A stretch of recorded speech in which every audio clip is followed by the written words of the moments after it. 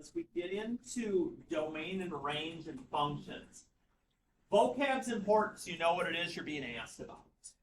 So functions are relationships between input and output, where there's exactly one output for each input. Okay, let's get that into English. So a relationship between the input, which is your x values, and the output, which is your y. Okay? That's why when we have graphs, we plug in x values, we get out y's. It gives us points, it gives us graphs. Where there is exactly one output for each input. Exactly one y for each x. Or if you want to look at it a little different of a way, all your x values must be different. Because if they repeat, you're going to have multiple y's for one x. That is not going to work. So if you're looking at a graph, it must pass the vertical line test. Okay? Which means your vertical line can only go through the graph one time and cross one point. If more, it doesn't work. A one-to-one function, if it passes the first test, has to pass that, may only have one range value for each domain. Now we're changing vocab, but we're saying the same thing again. Range is y, domain is x. So we're being repetitive, same two variables, different language. The graph of a one-to-one function passes a horizontal line test. So if something is going to be a function and one-to-one, we're going to be able to take a vertical line all the way through and never have it be crossing more than one point. But then we also would be able to take a horizontal line and go through and not have it cross more than one point. Now this graph right here, we have a little bit of an issue. If we were testing both of these, so here I come with my vertical line. No matter where I go, I'm only crossing 1 point in my graph. So this particular one would be a function. It passes the vertical line test. But when I try to do the horizontal line test, I find some areas.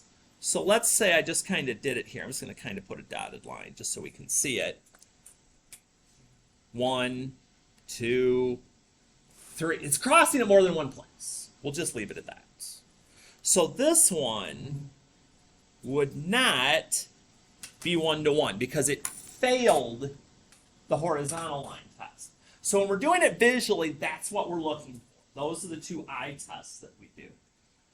And so the last kind of general thing we'll chat before we get into more of actually doing here is equations that represent functions are written in function notation. So we're going to start getting away when we're graphing. We're going to get away from y equals and get into what's called f of x. It still means y equals. And sometimes we can even write that.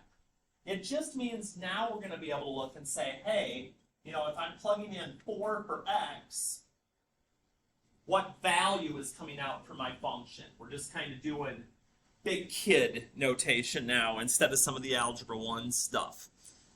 And so, one more vocab thing before we move on. Dependent versus independent variables. X is independent. It gets to do its own thing. But your x value that you plug in will create the y. Y is dependent on your x value. So if we use that vocabulary, that's how we can change those things over a little bit. So, okay. So what does that mean when we're actually doing something? So I get back over to here. We got all this stuff. We got these ordered pairs. You're like, okay, well, what do I do with these? We're going to plot them. We're going to plot some ordered pairs. So again, if it's been a little while, we got x and y values, x and y axis. So 2, 1, 3, -2, -3, 1, and 2, -2. Just points. We're not connecting anything. When you get a list like this is called set notation. Typically, just a bunch of points, not a line. So, and they can come in a bunch of different ways. They could come in ordered pairs. They can come plotted on a grid like they are here. They even can be placed into kind of sets like this, and normally when you see these get written in some sort of an order from least to greatest. Now, do they have to be? No. If I see a repeat of a value, do I have to write it in here more than once? No, and it's actually better if you don't. So these are the 3 different x values I see in those points. For the y's, I see -2 and I see +1, and that's it. And so normally, if you're going to see points graphically done like this, you're going to see connectors between them.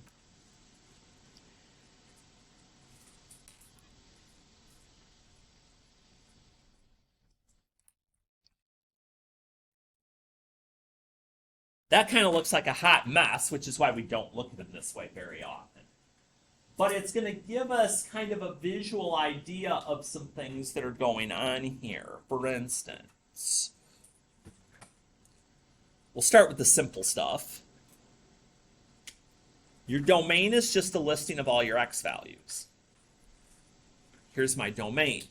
When you're writing individual points, we're going to put them in what's called set notation, which means we're going to use braces, kind of those squiggly marks, or if any of you've done art, it's kind of like taking the silhouette of a person who has a little bit of a larger forehead and chin, a little bit of a pointy nose here. But we list the points individually, which means those are the only points. It's not like all the points that are in between. When we do range, it's just doing the same thing for the y values. I only have 2 of those this time. And we try to list those from least to greatest.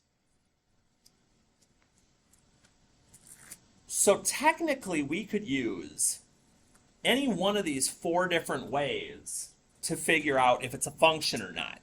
Usually, if it's graphical, the easiest is to use our vertical and horizontal line tests. So like here, if I'm going along, okay, 1 point, right along here, there's 1, there's 2 places of the vertical line. This is not a function.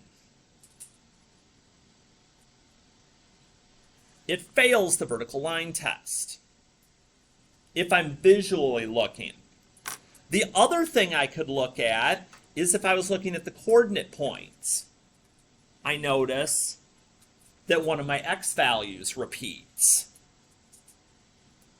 If you have a repeating x value, you're not going to have a function because I have 2 different y values, 1 and -2, for the same x value.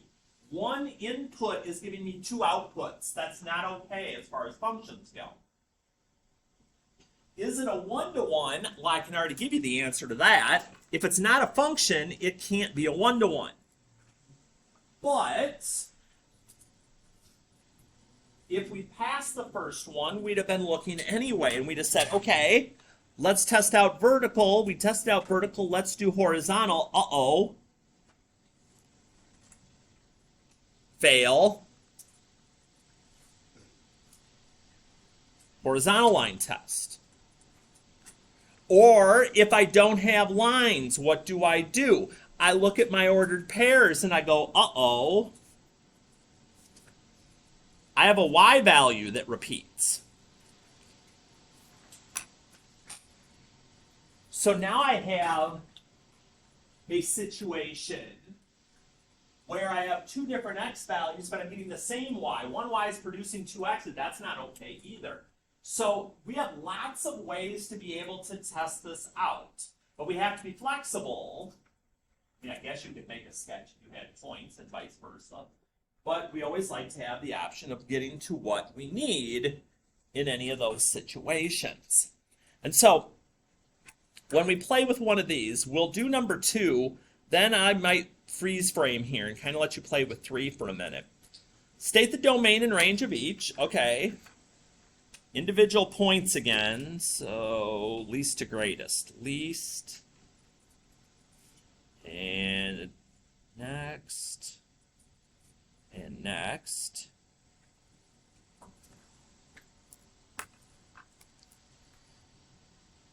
Range, I'm just looking for my y's. Again, trying to go least to greatest here. So we got 0, 1, 2, 3.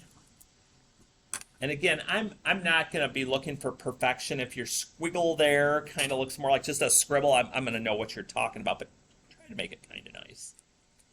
Okay, no picture this time, though. So is this one going to be a function?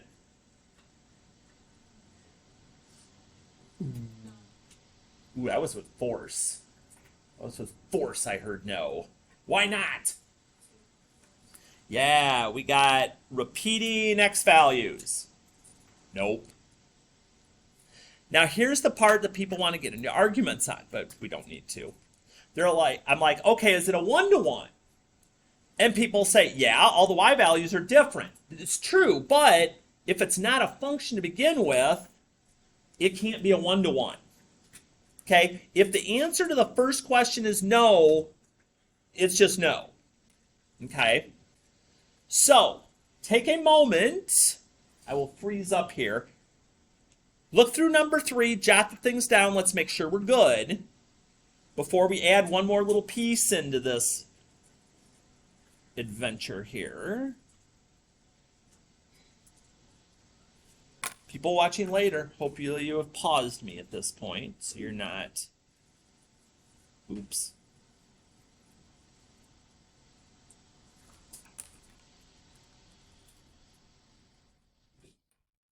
Bless you.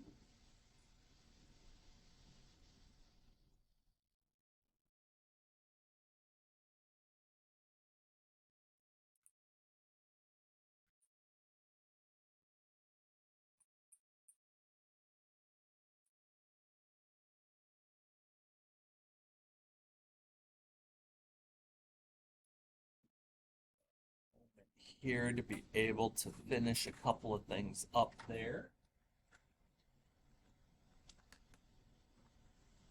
So this time our domain started at -7, so -7, -5, 3, and 4. Our range is -11. Excuse my writing, I missed.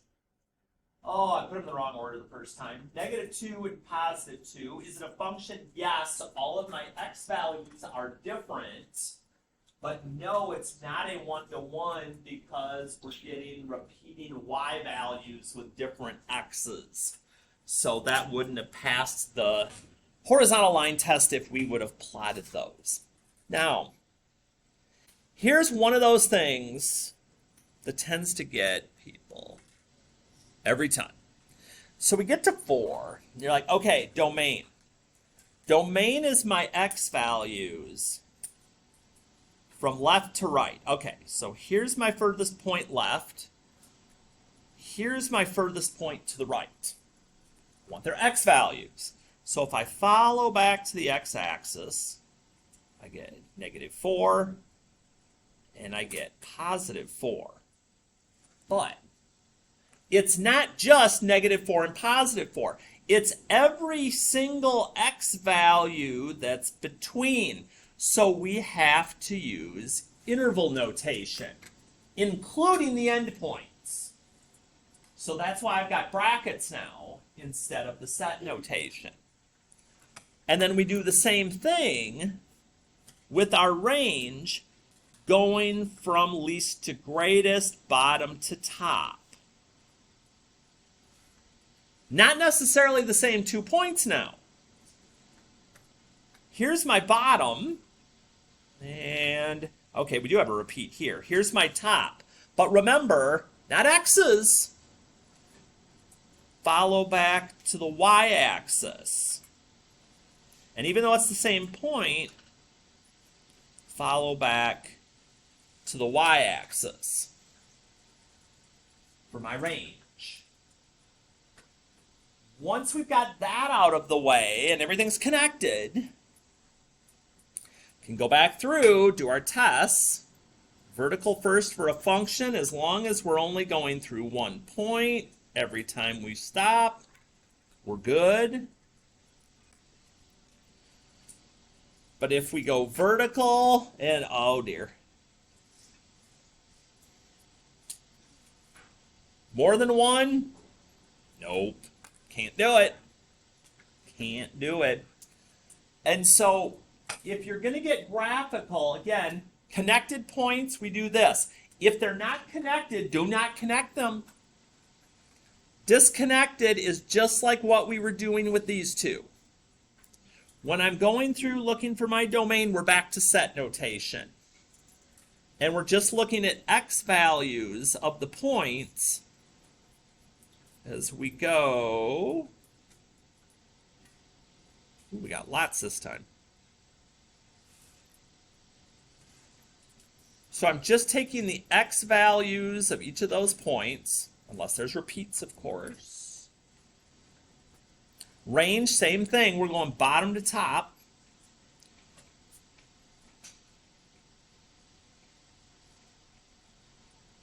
And you're probably already starting to see what the answers to the next two questions will be. So again, you're like vertical. You're like, oh, problem. So, nope. And if this is nope, I don't even have to look at the 101, even though it's going to fail too. Just in case I wasn't sure. So, really the thing here is just making sure we're covering a couple of those quick rules as we go. And we should be good to go. Oh boy, evaluating. Now this was the Achilles heel for some of you on quiz 1, so let's lock in here on this. Find the value. Okay, all we're doing here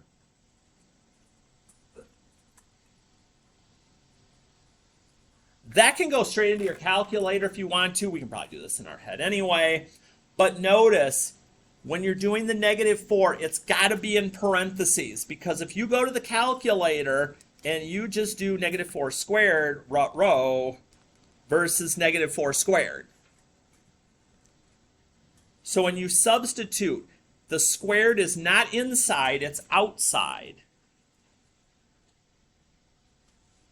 And I can get my solution.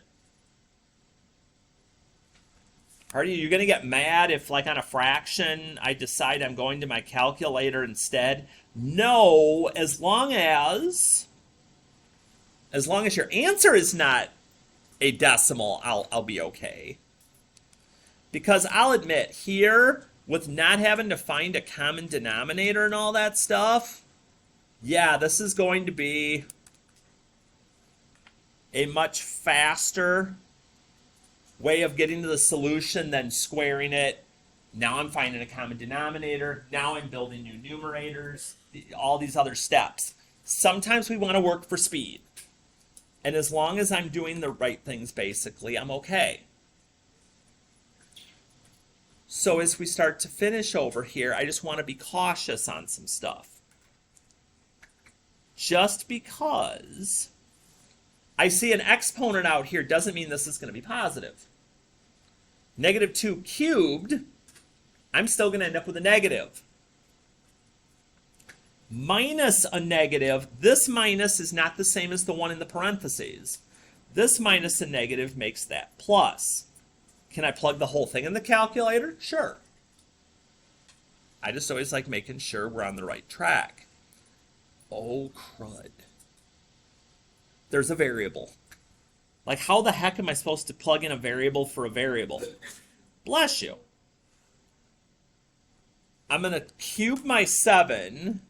That's one we probably don't know off the top of our head. So we cube the 7 and the c.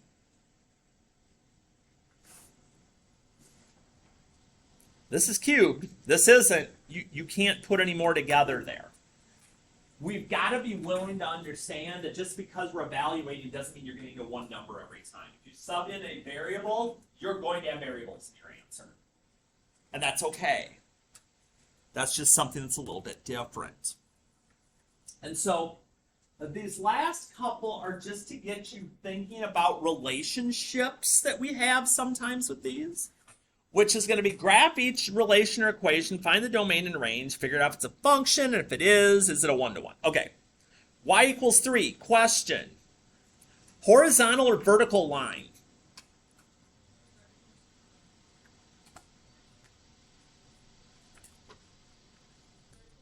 I need to be swayed.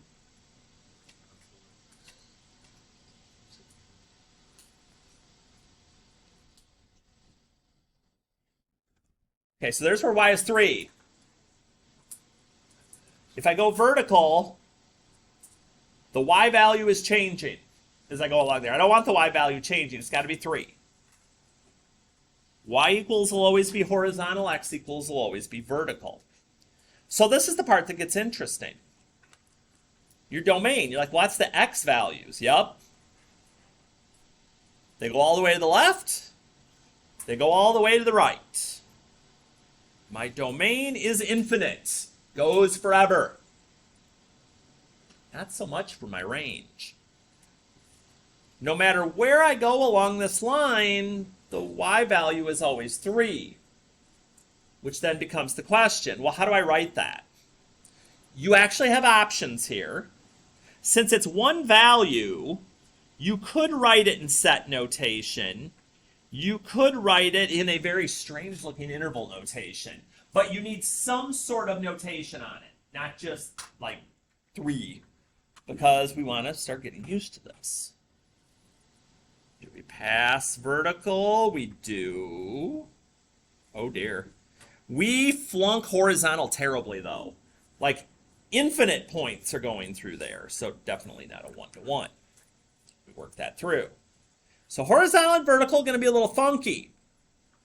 If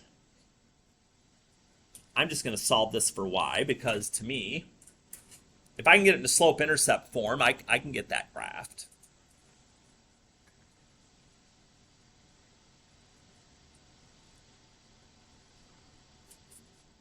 Again, when you graph these lines, they will have arrows on the end. They're not just going to be endpoints, like let's say number 4 was.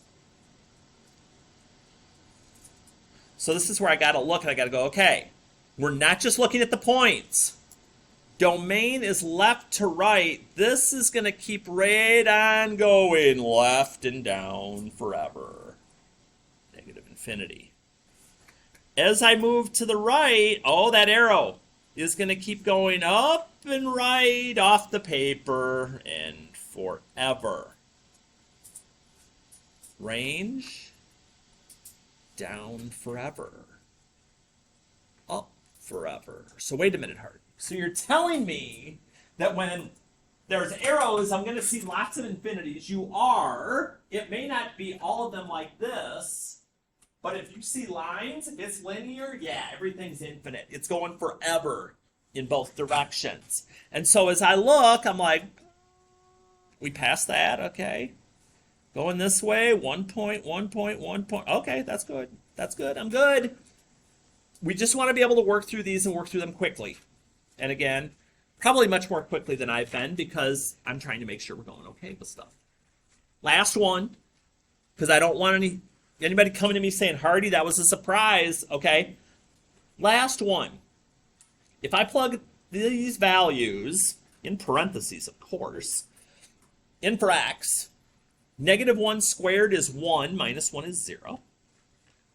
0 squared is 0, minus 1 is -1. 1 squared is 1, minus 1 is 0. So if I plot these, now here's the thing.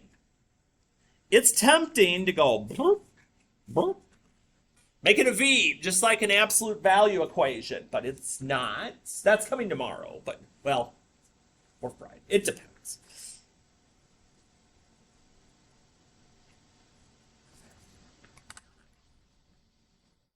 This is where I want your brains to start going. You're like, okay, this is going out to the left and up. This is going out to the right and up. I see arrows. I think infinities. But range, bottom to top. I see the top, but it doesn't go down forever. It only goes down to here at the vertex at -1. So be careful. Not to just go infinity crazy. Is it a function? Heck to the yes. Is it a one-to-one though? Not so much. No. Okay. So reminders. As you get to the 1-7 assignment in here on 3 and 4, you know the drill. Odds at a minimum so you can check and make sure you're feeling comfortable. If you're not comfortable, go back and try something with an even. You can always talk to me or shoot me an email. But you do need to take a peek at least at some point at the quiz preview for quiz 2 that starts over on 15 and rolls to 16. I'm going to try and have that video up this afternoon of working through it in case you want to look through some things and get a little extra help, whether it be tonight, tomorrow night, something like that. Because I do want to get a little bit of a start of into 1-8 tomorrow during class. A little bit of a start so we can finish some things off. So that's the goal.